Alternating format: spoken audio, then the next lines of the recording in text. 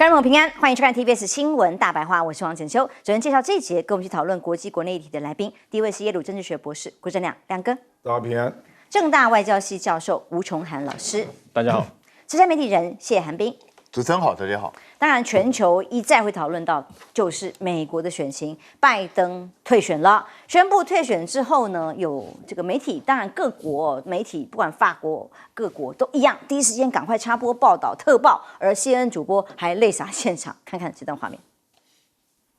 People who are pushing for this to happen. It's kind of like when your grandpa, you got to take the keys, and everybody, you got to take his keys, you got to take his keys, you got to.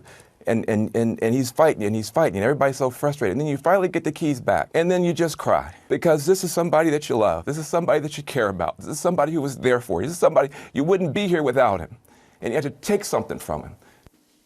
就是他觉得很心酸呐、哦，这个所谓的 grandpa 就是所谓拜登啊，他虽然年长了，可是他很信任他，很敬爱他，从手上他开车还是很危险嘛，要把钥匙拿回来，他就哽咽哭了啦。那好几个在这个媒体界支持拜登的媒体人都有这样的心情，甚至是有这样的情绪表现出来。拜登退选之后，民主党有意思了，到底大家反应金主的反应是什么？钱是关键啊！线上平台单日狂收金额创下了新高，3.6亿卷款，刷新了单日筹款记录。这个是到晚上美东时间为止筹得4670万美元，换算台币出来的结果，代表感觉这个支持者金主对于他拜登退选这件事情是给予正面看待吗？当然，接下来到底是不是贺锦丽来接棒，还有一段时间在党内初选程序要完成。但国会山庄的民调却显示，贺锦丽落后川普2个百分点，显示选民对他的好感度是37.7%。跟反感度是15.5%这么的高，比拜登还要惨吗？这是一个实际上对选民对于贺锦丽的看法吗？那当然还有 CNN 公布的民调，相对他有他的立场，大家都清楚。综合了6家民调之后，这个看法是贺锦丽的支持度紧咬共和党川普，才差1个百分比吗？是这样吗？所以贺锦丽会是最佳的出马人选，这个是大家还在讨论当中的议题。当贺锦丽也公开表态。除了谢谢拜登，他也表达会全力争取要来击败川普，一定会赢。很多的美国媒体或者支持者的看法是贺锦丽 better but not good enough 吗？是够好吗？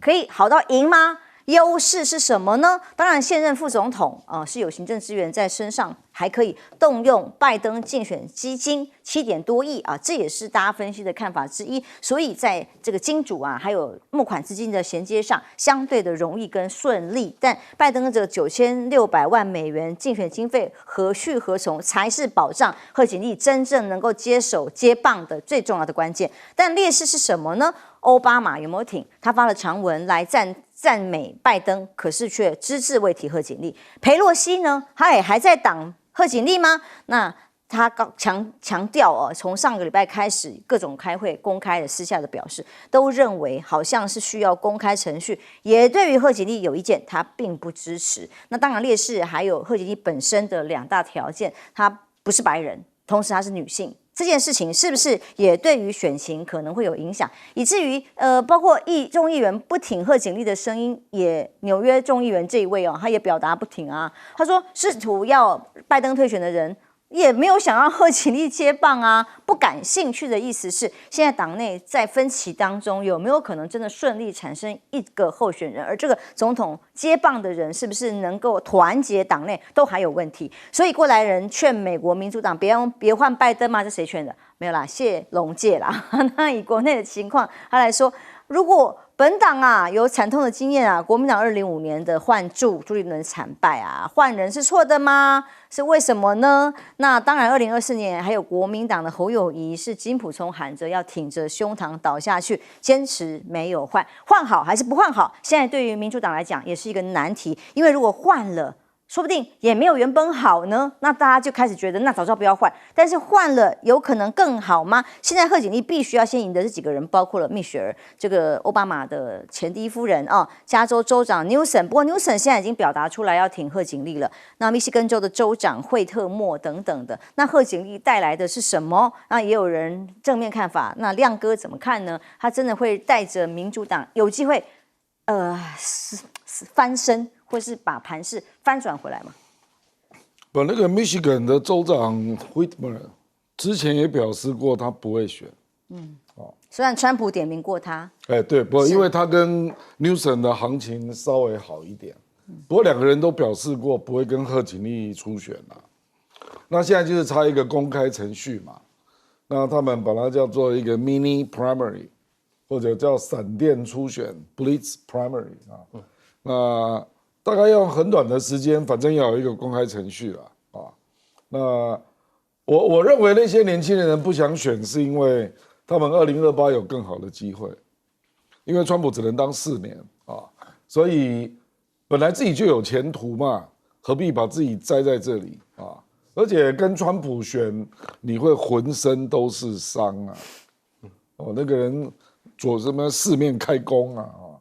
那川普当4年，一定会有一些包袱嘛，那到时候反而比较好选。我觉得他们有的人就是这样想啊，因为川普不能选了啊。那以目前来讲，我觉得也没有人天真到认为贺锦丽会赢啊。所以这个纯粹就是为了稳住民主党的盘啊。就是说，至少贺锦丽相对于拜登，虽然一面都不大，可是至少不会有太大的意外啊。因为拜登的意外是不可预测的啦。比如说，如果他又20秒，突然断片，对啊，失常，那怎么办呢？而且现在已经有一种声音开始出现，就是中间选民觉得民主党不诚实，就说拜登的身体状况为什么你长期隐瞒大家？而且这个声音已经来自盟友，就是外国的领导人都已经公开讲了，所以就让人家觉得民主党是不是一个不诚实的政党？其实政治这个更伤了，所以民主党现在无论如何，就是万一拜登又出状况，你又不能预测，那不如就是至少我要争取，人家说我们民主党是个负责任的政党嘛，大概是这个意图了。那事实上，你刚刚讲到那个募款啊。那就表示已经憋好几天，这个米缸都没进米了啦，所以就憋到今天整个出来啊。所以那个金主的威胁是有效的，金主就是说我们不会捐钱了嘛啊。那包括纽约的好莱坞，纽约跟犹太人的金主，包括矽谷的金主，包括好莱坞的金主，这是民主党3大金主啊，他们都不捐钱啊，你哪有钱？那美国民主政治就是金权政治了，没有钱就不用玩了啦。而且这个钱事实上并不是拜登的团队去募的，他民主党有一个募款的机制嘛。那参议员跟州长还有众议员怎么办？所以我觉得主要是这个大的结构原因，逼着他一定要退选嘛。那只是他挣扎了蛮久的，挣扎了相当难看这样。那前几天还在那边乱搞一通嘛，什么学贷减免啊，3.9亿美元又这样给他乱搞啊，那个就是川普就不付就好了，这个都是伤啦，都是伤啦。那现在甚至还有一种声音，就是美国众议院的共和党的议长要求拜登要辞职，连让你任期做完都不给。对，因为他说，你退选的原因明明就是因为身体出问题啊，那既然竞选你没有办法竞选，那你怎么有能力当总统？所以是逼他辞职啊！那民主党内部现在也有人同意这个说法说干脆让贺锦丽接总统，反正贺锦丽要选嘛。所以目前这个变数不是没有可能啊，大家尤其是拜登如果未来又出状况所以目前坦白讲就是有点混乱了。那当然有人在那边胡思乱想了，说拜登那可不可以出点招帮民主党助选他会不会搞个紧急状况之类的国际的事件你不要忘记川普卸任前搞过什么。川普卸任前后来不是那个我记得是参谋总长还是哪一位嘛，后来不是出来讲真相嘛，说他不接受命令，不然川普叫他去南海那可能就跟中国解放军直接杠上后来这段秘辛都泄露出来了嘛，对不对？如果拜登这个时候搞点这个，这个地区性的不安全啊，这个我觉得目前有可能搞的大概是伊朗可是问题是人家伊朗也选了一个改革派的总统，你打人家也是蛮怪的啊。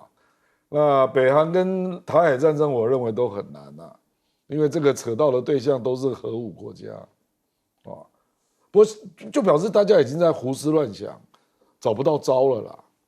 除非未来4个月，川普那边出了你连听都没听过的事情不过现在真的是，坦白讲，川普已经够透明的啦，都被你弄鲜光了所以我认为大概就是想要维持住民主党的元气，那希望参议员能够维持目前领先的状况。这所谓的胡思乱想，当然是因为还在想如果拜登还是贺锦丽的最佳助选员，他能做什么嘛？那大家就瑟瑟发抖，是要拿谁来开刀？吴老师也觉得这么恐怖吗？对，就是我们还是要去剖析拜登这个为什么在突然这个时候宣布，因为其实上个礼拜我们从礼拜5、礼拜6台湾时间啦，就有风声说拜登可能会会退选，而且他周末要宣布。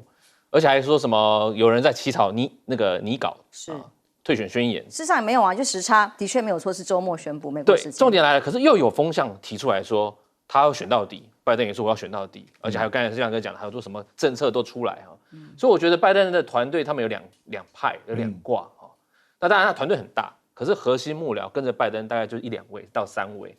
其实后来这几天的新闻也有出来，就是真正告诉拜登。总统心腹那个人对心腹，我们该停止了，就这几个人我跟你讲一下，其实拜登过去一直以来是对自己的信心，他觉得我要选下去，因为我要是不能倒。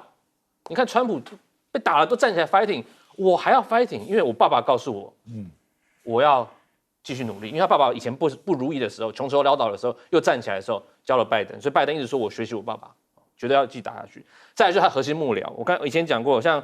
Mike Donilon 还有 Steve Ricchetti 还有 Bruce Reed 这几个人，就是跟在他旁边，跟了很久了过去发生很多事情的时候，都是帮助拜登的时候，这些人也是蛮挺拜登的。问题是这个周末发生什么事情？当这些人把这个数据秀给了总统看，说总统先生，我们现在的声势可能连这个贺锦丽都比不上因为贺锦丽之前说1%嘛，我查一下538他在16号。16到18号这个，比如说 CBS News 它的 YouGov 这个民调里面，贺锦丽对川普跟拜登对川普川普赢贺锦丽是只有3%而已，川普赢拜登是5%，那个时候代表说贺锦丽已经超过了拜登在这个对决川普上面，这个数据很明显，它是普查的啦，是全国民众。虽然我们知道美国这个普选票跟最后的这个选举人票是不一样的，因为美国很多选举是他赢了普选票，可是选举人票输了，那整个总统选举就输了。所以我们还是说还要看关键摇摆州嘛，所以为什么摇摆州这很重要？好，那如果看摇摆州的话宾州好了，我们说宾州是他们的大本营拜登绝对不能输。问题在宾州，贺锦丽也对上了川普也赢了拜登对上川普，就简单来讲就是贺锦丽在宾州赢了拜登啦，就这样子啦。那就非常的吊诡，就是如果连宾州你都赢不了，难怪 Ricchetti 跟 Bruce Reed 这几个人会告诉拜登说，我们的时候好像到了，我们是不是该思考一下要停止？当然最重要的是，当你有这个意愿降低你的能力，所以选举的能力是什么？就是你的钱，你的钱有9000多万美金被扣住不能用，而且还有一个就是你的募款越募越少。美国选举是全国跑，你飞到一个城市，那个是烧钱的。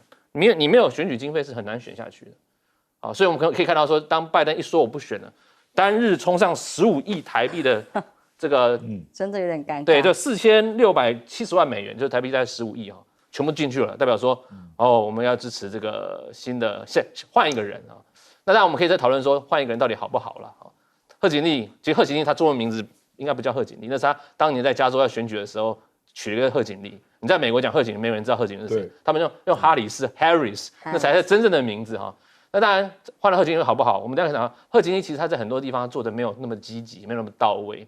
坦白来讲，他其实是跟着拜登，在许多方面，拜登讲什么他就做什么。移民政策也好，堕胎政策也好，甚至我们讲接下来两岸或者外交关系，贺锦丽有没有自己的想法跟思维，这都是要继续检视的。例如仇恨值，在这个民调里头，国会山上民调，他仇恨值就比对方还高很多很多啊。所以现在的美国的局势，是不是第一个贺锦丽是不是真的一定能接棒？再来就是他接棒之后，如果是别人也不知道了啊，还有谁可以赢得民主党这场选战？目前看起来，民主党内部对贺锦丽是不是直接接棒，好像还是有一些大佬级的人是有其他意见。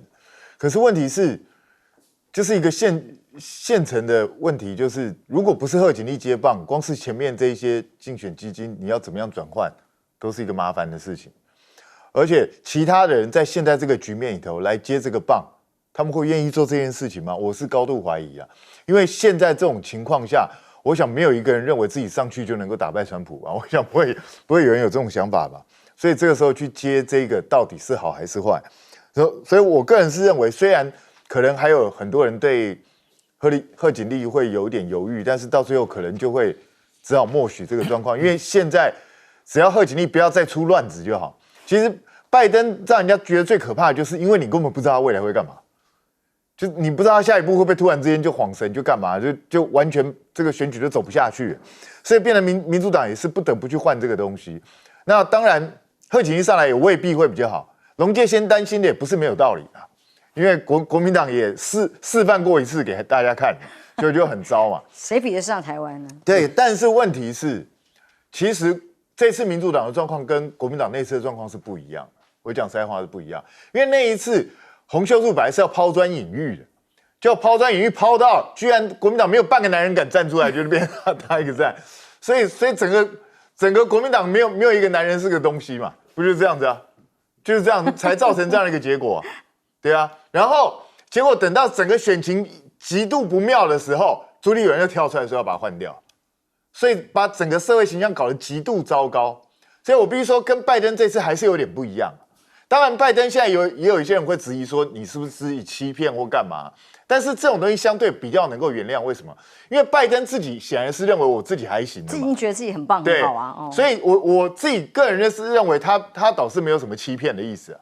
但只是他自己能力不足的那些地方，他自己大概也没有意识到，也许他根本没有病识感，讲实在话。所以我觉得他的相对是比较容易原谅。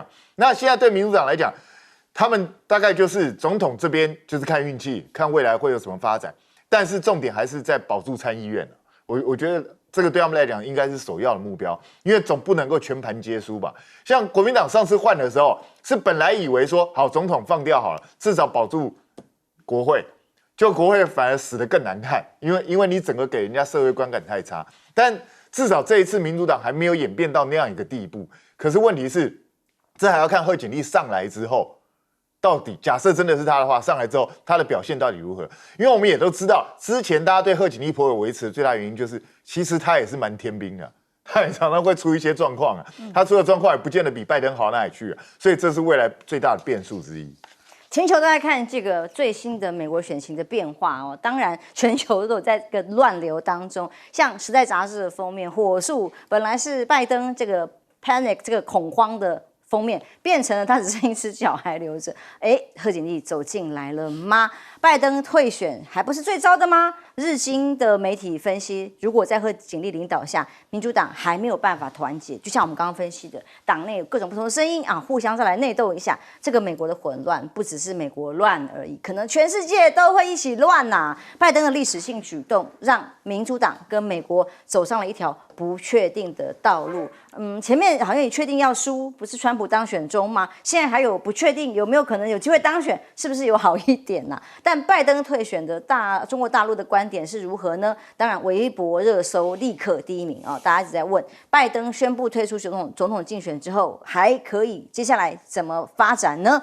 网友很有意思，他们分析的形容词很有趣，怎么枪打的是川普，击倒的是拜登啊？还有这一枪成功打出了川普的夏天啊！这个是网友的用字遣词用法哦。但川普他的发文其实也很酸啊，真的酸到透顶了。川普发文去取笑拜登，人家拜登都退选了，他说：“拜登会不会明天醒来就忘记自己退选啦、他用这种方式来取笑拜登，还对于拜登砸钱做民调跟竞选的钱都打水漂这件事情，他还取笑他，说呢他早就想退选了。所谓的确诊暂停选举活动根本是骗人的哦，所以川普也没有要放过，继续追打拜登，也是在避免拜登接下来还有他的影响力要发挥吗？而川普乱流影响美债，所谓冲击全世界，投资人面临的是高通膨、高利率双重压力嘛？他的政策会怎么样呢？大家都要避险呐，黄金价格一定会飙，美债利率也要上升。那美国债务现在已经即将破35兆美元了，这个是两任总统都有关系的，所以不是谁一定要担的问题，根本没有人有空顾这个问题。国内的各种经济议题，或者是更大的8兆元美元这些议题，其实是没有人管得了的。整个国债规模已经合计增加了70%，这也是两任也联手下来的结果。但来看看这个美债，沙特阿拉伯却还要想办法去增买哦。那虽然中国、日本都相继抛售，沙特阿拉伯这个时候反其道而行买入，又是怎么个盘算呢？5月持有美债增加了1363亿美元，年增了22.46%。沙国是美债前20大主要持有国唯一的中东国家，大家怎么观察中东接下来的变化？如果美国选情产生变化，中东国家也是首当其冲可能受到影响的呀。川普当选之后，谁是中美关系的救星？这个报道很有意思，是说，你看看川普的副手是谁？是 Vance， 同样都是抗中，言论无极限，要科关税100%。科关税200等等都有呢，甚至川普过去扬言只是商品的部分60%，汽车可以到100到200。那所以接下来的抗中大战、新一轮贸易战不可避免吗？但 Vance 这位副总统搭档的妻子乌莎被说呢，他过去曾经在耶鲁大学，亮哥的校友了哦，读的这位乌莎呢，还选了这个奖学金的项目是到广州中山大学。去教授英文跟美国研究课程，为期2年，还学习中国语言跟文化，深入参与社会实践呐。那当然，刚刚亮哥讲，很多人开始胡思乱想，想有没有可能性嘛？这当然是一种可能性的想象。有没有可能在川普如果正在当选中，还有抗中的其他的方向，或者是更和缓的可能性呢？亮哥，川普对中国的比较敏感的决策，我认为他不会宣布了，甚至他还随时改口啊。他说：“哎呀，比亚迪那可以到美国投资啊，设厂啊，那不是要科200%的关税吗？”一下又改口了。所以我认为要上任之后才会比较清楚啦，不然他大概只讲过一些嘛，比如说不让大陆人来投资美国的房地产，这一点确定了啊。那不再给中国这个最惠国待遇，这一点也确定了啊。其他其实都很模糊了，比如说他说要让美国成为制造业的世界超强，这个我看听听就好了。制造业怎么可能都到美国呢？美国工资那么高，怎么可能？对不对？所以他有一些政策是互相矛盾的了。比如说他说要让美元贬值嘛。一方面让美国国债变少啊，那一方面让那个美国的制造业出口竞争力变好，这是他的想法了啊。可是贬值是不是会造成竞争力变好？这个从日本的例子你就知道完全无关了，不一定啊。我认为美国的制造业基本是没救了啊。他事实上如果去打破拜登那个有案外包的体系啊，那我觉得会有很多国家很惨哦。台湾也是其中之一啊，那我觉得川普大概是这样啦，就是他跟拜登都增加了很多美国国债啦，可是坦白说，川普比较可以原谅啦，因为川普碰到了新冠肺炎啊，对不对？那个时候全世界不确定性那么高，所以他政府印钞票，我觉得还有一定的合理性啦。那事实上，川普也是被新冠肺炎害死的啦。因为他新冠肺炎治理的状况乱七八糟嘛，不然拜登也没有大赢啊。我认为川普就是运气不好，碰到新冠肺炎啊。那拜登事实上上来疫苗都已经有了，那1年左右就把新冠肺炎给平了嘛，他还拼命印钞票，所以拜登拜登我觉得是一个非常无能的总统嘛，就他只会用印钞票来让美国的经济好转嘛，这个就是一个烂摊啊，那川普就要面对。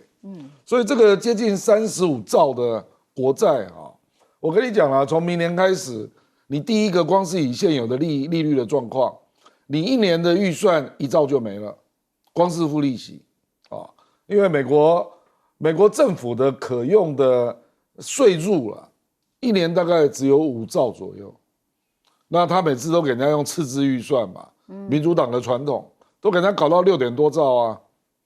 那共和党还可以接受赤字预算吗？那如果共和党不接受赤字预算，你1年付利息1兆就没了、真的。所以我觉得拜登就是一个非常不负责任的总统，下台最好了啊。那可是川普怎么去面对这个35兆美元的国债这个坑啊？我跟你讲，现在他碰到一个更严重的问题，很多人都认为拜登反正没了嘛，那明年当选几率也没了。所以很多人都开始找工作了，搞不好叶伦说我不管啦，老娘要去应征啊，搞不好在应征金融公司的独董啊，对不对？那搞不好苏利文谁啊？不知道啊，人家也要有前途所以我跟你讲，拜登最大的危机是他一宣布不连任啊，他的一些高管搞不好都在找工作。然后美国的报纸就一天到晚给你登这个新闻，说某某某来应征某公司啊，你看这个新闻，贺锦丽怎么选？就一副看你不会当选嘛。我跟你讲，这个事情一定会发生，因为美国的那些人都是走来走去的啦。我说那些政府官员啊，都是走来走去的，轮动在民间对啊，就是轮动的嘛。那反正现在看起来川普是要上来了，我们就去找工作吧。那等下次2028再说吧，那就会造成我们讲的这个美国对自己的经济状况的不负责任，是，所以会不会联动到整个全球经济了？是吴老师，这个拜登尴尬的看守期，前一段我们很多来宾讲的是外交的关系讲不动，连国内官员如果都去到处找工作，那这个尴尬的看守期也难怪会传出来说，干脆先辞掉算了，连现任都不让他做完嘛。这个我们中文讲树倒猢狲散，对啊，你撑最后没有什么意思了。但我还是先讲一下贺锦丽，我刚才没讲完。贺锦丽到底出了些什么问题啊？为什么他在党内感觉声望没那么，有点声望又不是那么高？因为他其实做很多事情呢，没有做完，也没有负责。我们知道他其实在许多问题，比如说边境问题、移民问题，他处理的不是很好。我举例给大家听哈，其实拜登政府那时候对于大量的非法移民哈，他要贺锦丽去处理。有一个计划叫做对于北三角国家哈，包括从瓜地马拉、洪都拉斯跟萨尔瓦多出现大量的移民啊，非法移民或者跑到这个跨过美国边界哈，拜登说贺锦丽去处理，那他们就说那你要对症下药嘛，因为你不能说只是限制他们来，因为你限制不了，那洞补不满，所以你要去改善他们3个国家什么经济情况，所以你要从追本溯源来解决这个所谓移民或难民的问题。贺锦丽说好，我来做，问题他做的不到位啊，他做有做没做也是一样啊，大家说你根本没有负责啊，然后甚至还有采访他，他有一次在演讲的时候，他讲一讲说我们来到这里了，我们要在这里了，然后处理这个问题在这里了，然后人家说你在讲什么，你根本讲不出东西来嘛，所以代表说他在做事情上有没有上心他真的对所有的，这只是一个难民问题很大，他不小啊，川普这就抓着拜登你的难民问题处理不好，你的移民问题处理太烂了。那移民全部都罪犯，人家跑进来啊，对不对？辩论的时候，川普就紧咬的嘛。你看看那几个杀人犯都是移民啊，你怎么都让他进来了？拜登最大的问题就在这个地方，贺锦丽偏偏没有去强化、去加强，所以为什么川普才讲啦，拜登不要换啊，你换贺锦丽更好，因为这个更好打。对，因为我告诉你，接下来的第2次辩论，川普一定抓着贺锦丽，你的移民问题处理完没？对，请告诉我，他一定在一直戳这个嘛。堕胎问题也是一样，贺锦丽对堕胎问题也是讲得非常模糊、暧昧两可啊。川普一定会讲说，你看你们都是这样子啊，堕胎问题都是你们害的，这是一个很大的问题，就是你贺锦丽上来到底能不能替民主党加多少分，而不是上来只是败战处理投手。我常常说，你现在是败战处理投手，你只是为了让金流、政治现金能赶快回到位，让那些参众议员有政治现金这个捐款可以去用，可以去继续打选战。但是你对于整个总统大位，你们是采取什么？可能会赢吗？我不知道哦，因为川普接下来的攻势会非常凌厉，而且川普讲话是没有跟你客气的，这个人就是充分的自我展现权力欲望，而且他想讲什么就讲什么。他旁边的幕僚，我们可能想说他旁边幕僚可不可以管一下川普的嘴？问题是没有人可以管得了川普的嘴。所以川普现在开始在攻击说，哦，你那个拜登，可是明天早上醒来是不是连自己这个退选都忘记了？当然他很酸啦。问题是，当川普用这个来对付贺锦丽的时候，要特别小心是，第一个女性，第二个又是 minority。如果你处理不小心，你川普在打这个，如果打到一些很敏感的字眼的时候，是不是有反效果？所以我们还是要看说美国人他自己的修复能力是怎么样子啊。如果贺锦丽跟民主党们可以抓住这个反川、反制、反民粹的力量，恐慌川普效应的恐慌川普效应，说不定我不知道啦，有没有可能哈？我们还是要可以继续看，很精彩。像辛普森是有一个预言穿衣服贺锦丽坐在白宫当选总统的第一位美国女总统，我们1点的时候还特别把那个图给秀出来给大家看，真的很有意思啊！不过当然杨永明教授认为那个是贺锦丽在蹭辛普森，我不知道啦。对啦，就是时间先后了。对，彬哥，当然现在所谓媒体的外媒报道，大部分都最新消息都是说，大概大势已定，提名贺锦丽没有异议了。现在本周之内可能就会出炉搭档的副总统人选。当然，各种经济面上的构面跟大家避险的概念是现在最严峻，台股跌得那么惨，都是这个相关的问题。因为说实在话，现在已经7月多了啦，你不赶快决定，真的也没什么时间了。你还有这么多的款要募，美国选这个局，每一个党都要募40-50亿美金，这是非常可怕的一个数字啊。所以对民主党来讲，时程非常紧迫，一定要赶快把人选定下来。那我觉得到最后，就算党内荣获有一些杂音，恐怕还是先定下去再说。那只是说定下来之后，这个贺锦丽的表现到底如何？当然现在目前不晓得。那我们可能会觉得说，拜登都已经退了，你川普还这么酸什么？你会不会忘记自己退选？其实我觉得美国的社会并不会很在意这种事情，因为他们其实有点胜者为王的概念，就是。谁叫你自己表现不好？你表现不好被人家酸，活该。我觉得美国人比较会有这种概念，那东方人可能就会觉得说，好像要厚道一点啊，干嘛？对，好像也是有道理。对啊，但是我觉得美国人不会很在意这些东西。重罪是，对啊，所以我觉得川普有的时候我们看他好像在乱讲话，实际上川普我个人觉得他很多东西是经过计算的，他知道他这样讲出来对他是有利的。所以我个人是觉得未来这种情况，川普要犯大错的可能性其实很低。那相对来说，贺锦丽要再扳回一城的机会就不高。像刚吴教授讲说，他是不是只当一个败战处理投手啊？能不能处理得更好？我个人认为他能够当败战处理投手就不错。我怕他是一个被打爆的败战处理投手，这不是不可能的，因为。我们都看过贺锦丽，其实之前有好几次，不管在外交场合或其他场合，他一旦遇到一些状况的时候，状况超出他想象的时候，他会失控的，他会有一些出人意表的一些表现。这个其实在选举的时候是非常危险的。那至于说川普跟范斯，假设真的是他们上来之后，对中国大陆到底会采取什么样一个态度？我老实讲，我个人认为，当然抗中因为现在已经是美国的主轴了，所以川普对中国大陆绝对不会太客气。像这2天我还看到有人说，川普是在称赞习近平什么写的那封信，什么文情并茂，什么什么。其实他那天是在酸呐，那根本不是在称赞，那根本就是在酸呐。我不知道为什么会解读成称赞，我会觉得很奇怪。但是你说川普一定会对中国大陆非常严厉吗？我觉得也未必，因为我觉得川普的想法一直都在变。他常常今天这样想，明天就变另外一种想法。然后更糟的就是他的副手范斯跟他一模一样。也是个今天这样想，明天那样想的人。那只是我觉得很好笑的，就是说范斯的太太因为跟中国大陆有一些接触，他也去学过一些中国的文化，就可以拉近他跟中国的关系哦。那个要看范斯想不想拉近这个关系啊。范斯想要拉近这个关系的时候，他就会利用他妻子这个东西。像大家忘记了吗？川普一开始不叫他孙女唱那个念唐诗，然后还唱中国歌。那后来呢？所以我觉得对这些政治人物来讲，这些因素都只是利用的工具而已，根本不用太在意。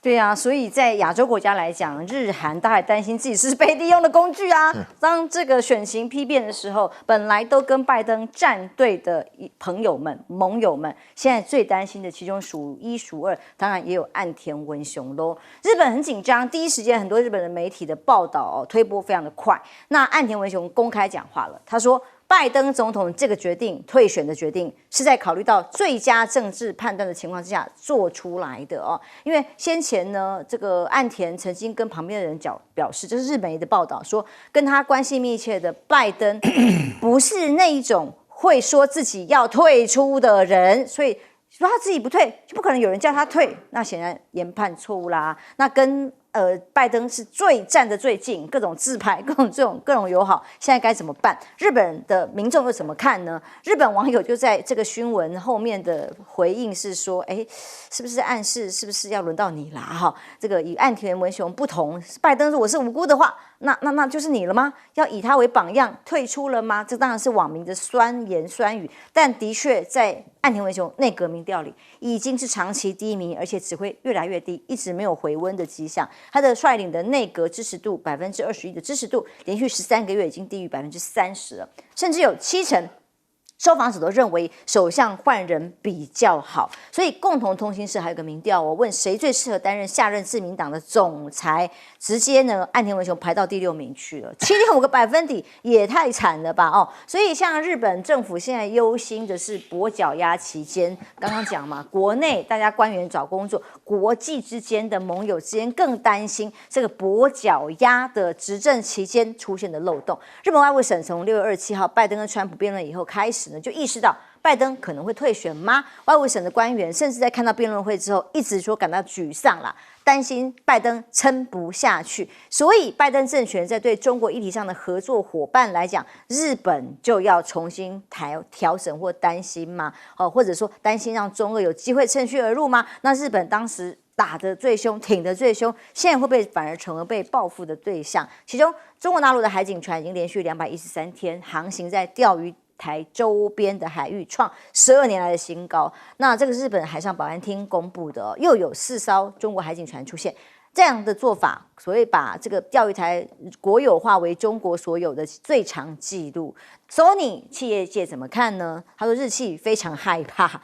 中国电动车的发展呢，不应该为了美国提高关税沾沾自喜，因为自己如果不能更快的创新，有可能成为追随者。而这个竞争，虽然美国号称要把中国电动车的关税提高到100%，甚至还有讲200的嘞，但是他认为消费者选择会受限，不见得就对日本一定就有利吗？还是可能打不过。所以日本的5个川普2.0噩梦，在这个分析报道里面认为，美国呢，包括了在韩国撤军、弃乌永俄、台海之间的关系、民主美国变独裁等等，这都是日本专家理查德最担心的川普可能发生的技巧。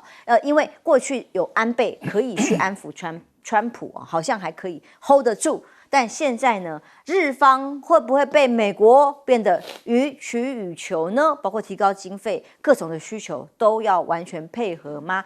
韩国呢，同样也是，因为我们今天先看到了韩国第一夫人被约谈侦讯的消息，而美国的前 CIA 专家就被控还充当韩国政府的间谍。这次媒体的报道是一个 CIA 的韩裔分析师被指控收各种礼物啦、高贵的这个招待啦，去韩国情报局充当间谍。这个是美国联邦检察官起诉的，韩国人就很担心，因为现在已经风雨飘摇，大家都各种担心，所以韩媒担心会影响双边关系还批评自己国家的这个情治单位的水准菲律宾更是如此，菲律宾小马可是先前一昧的亲美拜登选后没依靠了吗？这是媒体的分析。还有北京认为中非同意共管海上分歧，推动的这个南海局势要降温他喊话啦，所以要控管仁爱礁的局势怎么控管？菲律宾在苏利文的表示里，将在没有美国帮助的情况下，向南海浅滩补给吗？苏利文说会采取一切必要的措施，帮助菲律宾去把补给物送到仁爱礁去。菲律宾军方说我们自己来就好。现在是各里头恰洋归良，虽然够细苗，所以各个盟友亚洲这里的变化也很大嘛。亮哥，其实贺锦丽可以回岸田文雄一句话啦，说搞不好你9月就下台了。比我快。对，这样子。汉田下台几率真的蛮高的。事实上，本来那个石破茂是自民党内人缘有名的不好，结果连这个状况大家都宁可让石破茂上，你就知道岸田他已经完全失去能量了啊。所以贺锦丽不用担心啊，那个岸田会比你早下台。事实上，那个 G7 上次那个峰会，你就看出这个情况了嘛，这根本就是毕业典礼嘛。现在不是更证明了吗？拜登立刻就快没了啊。那所以我说这个没什么好讲的啦。那本来就是毕业典礼的情况下，这个悬而未定的情况，相对于中俄两个领导人都是他的任期都是满满的啊，莫迪也是满满的啊。你看那个人家刚有新任期的这个澳大利亚的 Albanese， 我就不要跟你玩了。所以我觉得这个是蛮现实的啦。所以日本会担心中俄会不会利用拜登跛脚这个期间啊，或者他的部会首长纷纷各自去找工作的这个期间，然后中俄联手在太平洋做些事情，这个忧虑合理啊，因为真的有可能会发生呢。因为我认为接下来俄罗斯搞不好会进入南海哦，它不会只在日本海哦，是所以这个是实际的状况啦。那日本很害怕自己这个电动车跟不上，这个实际上是日本自己的问题啦。因为到现在它还卡在它的技术标，日本现在还是很多人只愿意做油电混合啊，它全电的车到现在还是有很多人反对，那这个是你自己的问题啊。问题是油电混合在国际上不是主流啊。所以你这个怎么办呢？所以我觉得恐怕很难啊。事实上，我刚看到比亚迪那个他出来开个记者会，说他在日本那个旗舰店已经要开到95家，那就直接已经迈进日本去了。当然，他卖的是中低阶的车啦啊，可是问题是平价车就是主要市场啊。所以我觉得日本这个问题不容易处理啦。他自己要先有共识啦，要不要做电动车，就把所有的氢能车啦、油电车啦暂缓，全力来发展电动车。日本没有共识，现在全世界就是欧洲嘛、中国嘛，就是确定要做电动车、全电车啦，我们叫 BEV 啦不就 battery 啊？美国也没有共识啊，尤其是川普当选之后，他恐怕又不要这个了所以我觉得。这个恐怕才是他们真正的问题啦，其他菲律宾我觉得那个就是因为他大概也知道大势已定，所以仁爱礁可以继续补给，那这个问题就继续缓着嘛。可是也没有到要对决的时候了而且我看到另外一个报道，就是小马可是越来越担心他内部的状况，因为贫富悬殊，还有穷人生活越来越困难。所以他真的担心会有一些不稳定出现嘛。所以这个时候真的是各自的战略都必须要先调整了。休息一下，马上回来。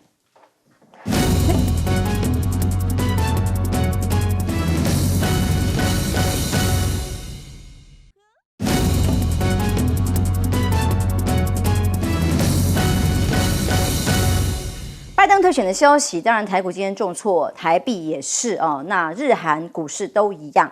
对于日本来讲，更担心长期，尤其是岸田文雄现在自己位置都不保了更担心接下来日本的处境。吴老师，是这个我们在讲这个拜登接下来的这几个月我想外交上面整个东亚我就会回归一些比较平淡因为他们不是出来再讲一些比较有的没的，然后让这个东亚吹奏一直。激化他们我想他们就像我们讲的，美国选举最后还是回归内政在选内政的地方。那个日本韩国甚至是这个南海的地方，应该会稍微平淡一点那当然，这个北约东扩或是亚洲北约的问题，应该不会那么快又再被提及啦。因为最主要是我们要知道说，如果这个拜登当然他如果我们讲以前他还没有退的时候，他如果继续做的话，当然这个我们讲轴辅体系以民主这种价值观为首的。是蛮强、蛮厉害的，他可能会激化这个我们讲中俄之间他们的结盟也有可能。但是川普上来又不一样，川普这个人是交易型人格，他凡事都要什么？你要符合我的想法，我重权力，而且呢，对我没有利的事情哈，而且他重视钱呐、不是价格，不是价值啊。民主对他来讲，那个是放在旁边的。你要我在这边维持我的美国的霸权哈，可以，你把你该交的交出来，钱要缴出来啊。所以川普式的孤立主义，那时候我们在2016到2020的时候，大家讨论很多嘛，这让所有的盟国哈，大家都很头痛。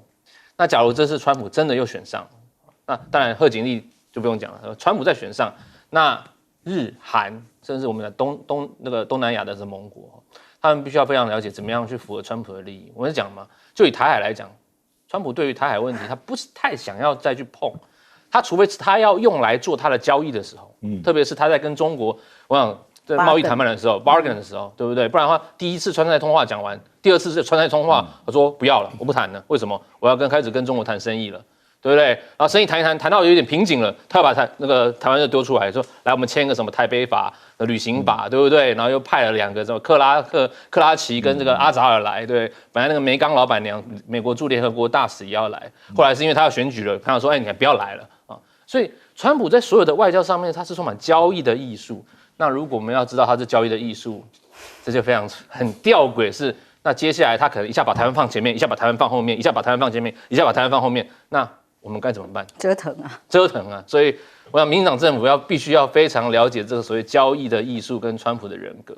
感觉岸田文雄日本已经知道了这个处境的艰难，台湾呢？休息一下，马上回来。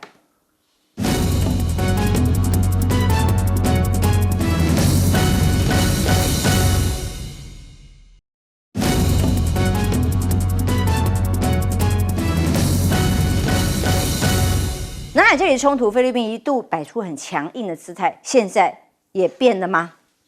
因为很简单嘛，第一个菲律宾人家也不是没有尝试，他试过了，就发觉美国真的就推到后面去了，让他自己在前面独立承担。可是每一次菲律宾闹僵的时候，美国又讲得很大声，说美国又说一定要支持他，怎么样。所以我觉得试了几次之后，小马可是大概心里头也很清楚了，还是自己直接跟中国大陆先把情势缓和下来，对菲律宾是比较有利的。而且现在拜登一宣布这个不竞选连任这个讯息之后，我认为暂时不管是在南海也好，或是在钓鱼台这边也好，大家的动作都不会太大，因为大家都要先观望一下情势，看看美国这边政局到底怎么演变。因为说真的，这个时候你不管是过度刺激或是过度让步，其实都不好。最好的就是维持现在一个军事，我们大家静待环境如何变化。所以我认为，本来前一阵子你看大陆那边动作频频哦，什么医疗船也过去啦，什么也过去啦，然后看起来好像一副要对马德雷3号动手的样子。那现在我觉得现在看起来可能会整个趋缓，他会先等待情势，看美国这边的情势怎么演变，然后看菲律宾这边是不是能够谈得下来。因为现在他们重新建立一个沟通管道之后，双方开始有一些对话，虽然谈的也并不是说多顺利，但至少让整个情势比较缓和了。对大陆来讲，他们应该也是希望尽量用和平的手段把这个纷争解决掉，因为不管怎么说，以南海还是以共同开发对大家都比较好。